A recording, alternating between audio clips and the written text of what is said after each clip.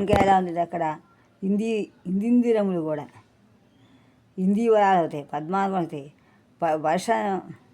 వర్షం ఇచ్చినప్పుడు వల్ల శాద్వానం అవుతాయండి. మంచుతోటి వస్తుందన్నమాట. నేల మీద నాచు కడుతుంది. వాన ఎక్కువ వేయడం వల్ల నాచు కడుతుంది. అలా కంజరీకం చేయడం వల్ల నల్లగా అయిపోతుంది ఆకాశం అంతా. కొండలు కూడా మంచుతోటి గడ్డగట్టిన తర్వాత ఆ నాచుతోటి అలా కనిపిస్తుంది. అలా చూస్తే ఇంకా ఎలా వస్తుంది, కమఠేంద్రుని యొక్క పుష్టభావనలు అవుతూ ఉంటాయి. అంత కమఠేంద్రుడు అంటే ఎవరు, తాబేళ్ళు అన్నీ కూడా తాబేళ్ల పృష్ఠభాగంలో అయిపోతుంది. కొండలు ఆ చర్యలు అవన్నీ కూడా వర్షం వల్ల ఉండటం వల్ల నాచు వల్ల కట్టేసి చర్యలో చూస్తుంది. అలా ఇంకా ఎలా ఉంటుంది అక్కడ, బర్హములై నాచిన నెమల్లా ఉంటాయి. ఇంకా వనంలో చూడండి వరాహాల్లా ఉంటాయి.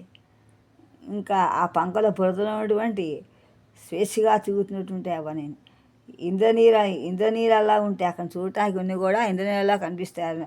ఇసుక దిన్నెలు, మట్టిలు, నాచులు అవన్నీ కూడా సూర్యకాంతి పడి హాయిగా ఉంటుంది. అలా చూస్తుంటే ఎప్పుడు కాలాకి దీర్ఘంలో అలా ఆకాశంతో ఉందన్నమాట.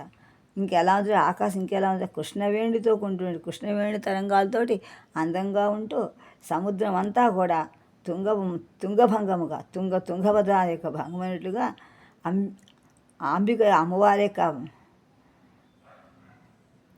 అమ్మవారి యొక్క కృపాదృష్టిలో చూస్తున్నట్టుగా శివుని యొక్క కాలకంట గడస్ఫుటంలో నీలిమ చల్ల నీళ్ళు కాస్తున్నట్టు కళ్ళు ఎర్ర నల్లగా ఉంటాయి కదండి.